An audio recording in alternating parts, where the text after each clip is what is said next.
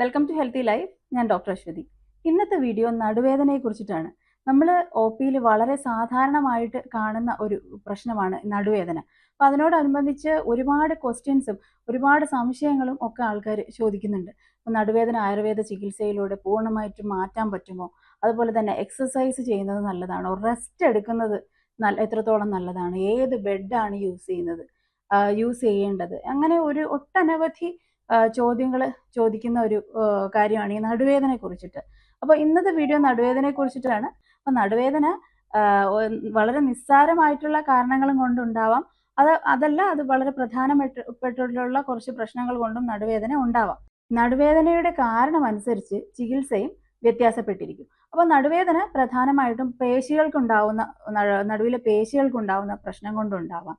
അതല്ല, ഡിസ്ക് സംബന്ധമായിട്ടുള്ള പ്രശ്നം കൊണ്ടും ഉണ്ടാവാം. അപ്പോൾ എല്ലുകൾക്കുണ്ടാവുന്ന തേയ്മാനം, ഡിസ്ക് സ്പേസ് കുറയുക, പിന്നെ ഡിസ്ക് പ്രൊലാപ്സ് ഉണ്ടാവാം, പിന്നെ ഡിസ്ക് ഹെർണിയേഷൻസ് ഉണ്ടാവാം, ആർത്രൈറ്റിസ് ഉണ്ടാവാം, നെർവ് കംപ്രസ് ആയിട്ട് നമ്മുടെ കാലിലേക്കും ഒക്കെ വേദനയും തരിപ്പും വരുന്ന സയാറ്റിക്ക എന്ന് പറയുന്ന കണ്ടീഷൻസ് ഉണ്ടാകാം. അങ്ങനെ ഒരുപാട് കാരണങ്ങൾ കൊണ്ട് നമുക്ക് നടുവേദന ഉണ്ടാവാം. അപ്പോൾ ഒരുപാട് നേരം ഇരുന്ന് ജോലി ചെയ്യുന്നവർ, ഇപ്പോൾ കമ്പ്യൂട്ടറിലൊക്കെ ഒരുപാട് ജോലി ചെയ്യുന്നവർ, പിന്നെ ഡ്രൈവേഴ്സ്, അവർക്കൊക്കെ കൂടുതലായിട്ടും പേശി സംബന്ധമായിട്ട് ഉള്ള നടുവേദനയാണ് വരാറ്. അപ്പോൾ ഇതിന് ആയുർവേദ പ്രകാരം വൈദ്യനിർദ്ദേശപ്രകാരം ഉള്ള എണ്ണകൾ കൊണ്ട് അഭ്യംഗം ചെയ്യാം, കിഴി ചെയ്യാം. അതൊക്കെ വളരെ ശ്രേഷ്ഠമായിട്ടുള്ള ചികിത്സകളാണ്.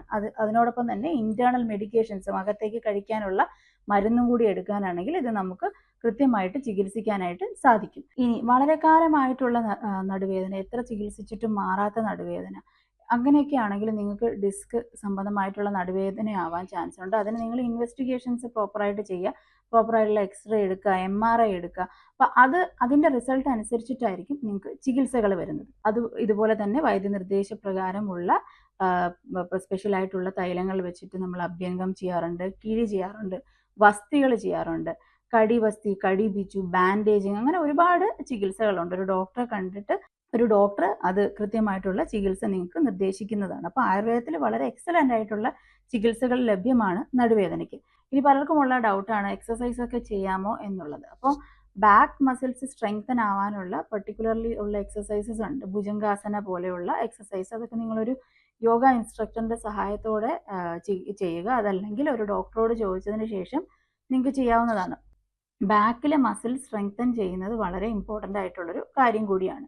ഇനി ഉള്ള ഡൗട്ട് എത്രത്തോളം റെസ്റ്റ് വേണം എന്നുള്ളതാണ്. അപ്പം ഇനിഷ്യൽ സ്റ്റേജസിൽ വേദനയുള്ള സമയത്ത് റെസ്റ്റ് എടുക്കുക, അതിനുശേഷം ഒരു സാധാരണ ജീവിതത്തിലേക്ക് വരാവുന്നതാണ്. ഞാൻ ഈ പറഞ്ഞ പോലെ മസിൽ സ്ട്രെങ്തനിങ് വളരെ ഇമ്പോർട്ടൻ്റ് ആണ്. അതുപോലെ തന്നെ ബാക്ക് പെയിൻ ഉള്ളവർ ബെൽറ്റ് യൂസ് ചെയ്ത് കഴിഞ്ഞാൽ അത് കുറയോ എന്ന്, ബെൽറ്റ് യൂസ് ചെയ്യുന്നതിൻ്റെ ഇമ്പോർട്ടൻസിനെ കുറിച്ചിട്ട് ചോദിക്കാറുണ്ട്. അപ്പോൾ ബെൽറ്റ് യൂസ് ചെയ്ത് കഴിഞ്ഞാൽ താൽക്കാലികമായിട്ട് വേദന കുറയും, പക്ഷേ വേദനയുടെ കാരണം അവിടെ തന്നെ നിലനിൽക്കുകയും ചെയ്യും. അപ്പം ആദ്യത്തെ സ്റ്റേജിലൊക്കെ ബെൽറ്റ് യൂസ് ചെയ്തിട്ട് മെല്ലെ അത് മാറ്റുന്നതായിരിക്കും നല്ലത്. ഇനി ഫ്രാക്ചർ കേസിൽ, പിന്നെ പ്രായമായവർക്കൊക്കെ ബെൽറ്റ് യൂസ് ചെയ്യാം. പിന്നെ അത് നമ്മൾ റിക്കവർ ആവുന്നതിനനുസരിച്ചിട്ട് ബെൽറ്റ് മാറ്റുന്നതായിരിക്കും നല്ലത്. പിന്നെ ഏത് തരത്തിലുള്ള ബെഡാണ് യൂസ് ചെയ്യേണ്ടതെന്ന് പലരും ചോദിക്കാറുണ്ട്. ഫേം ആയിട്ടുള്ള കൊയർ ബെഡായിരിക്കും നല്ലത്. അതുപോലെ തന്നെ സ്പ്രിംഗ് മാട്രസസ് ഒക്കെ നമ്മൾ അവോയ്ഡ് ചെയ്യേണ്ടതായിട്ടുണ്ട്. ഇനി നടുവേദനയുള്ളവർ എന്തൊക്കെ അവോയ്ഡ് ചെയ്യണം എന്ന് നോക്കാം. കുനിഞ്ഞു നിന്നിട്ട് നമ്മൾ വെയിറ്റ് എടുത്ത് പൊക്കുന്നത് അവോയ്ഡ് ചെയ്യുക. അതുപോലെ തന്നെ കുനിഞ്ഞു നിന്നിട്ടുള്ള ജോലികൾ അവോയ്ഡ് ചെയ്യുക. പിന്നെ അതുപോലെ തന്നെ ബൈക്കിലൊക്കെയുള്ള ലോങ് ആയിട്ടുള്ള യാത്രകൾ അവോയ്ഡ് ചെയ്യുക. ലോങ് സിറ്റിംഗ് അവോയ്ഡ് ചെയ്യുക. പിന്നെ വെയിറ്റ് കൂടുതലുള്ളവരാണെങ്കിൽ വെയിറ്റ് കുറയ്ക്കാനും കൂടി ശ്രദ്ധിക്കുക. അപ്പോൾ ഇത്രയൊക്കെയാണ് ബേസിക്കലി നടുവേദനയെ കുറിച്ച് പറയാനുള്ളത്. നിങ്ങൾക്ക് എന്തെങ്കിലും ഡൗട്ട്സ് ഉണ്ടെങ്കിൽ കമൻറ്റ് സെക്ഷനിൽ കമൻറ്റ് ആയിട്ട് അറിയിക്കുക. ഞാൻ റിപ്ലൈ തരുന്നതാണ്. താങ്ക്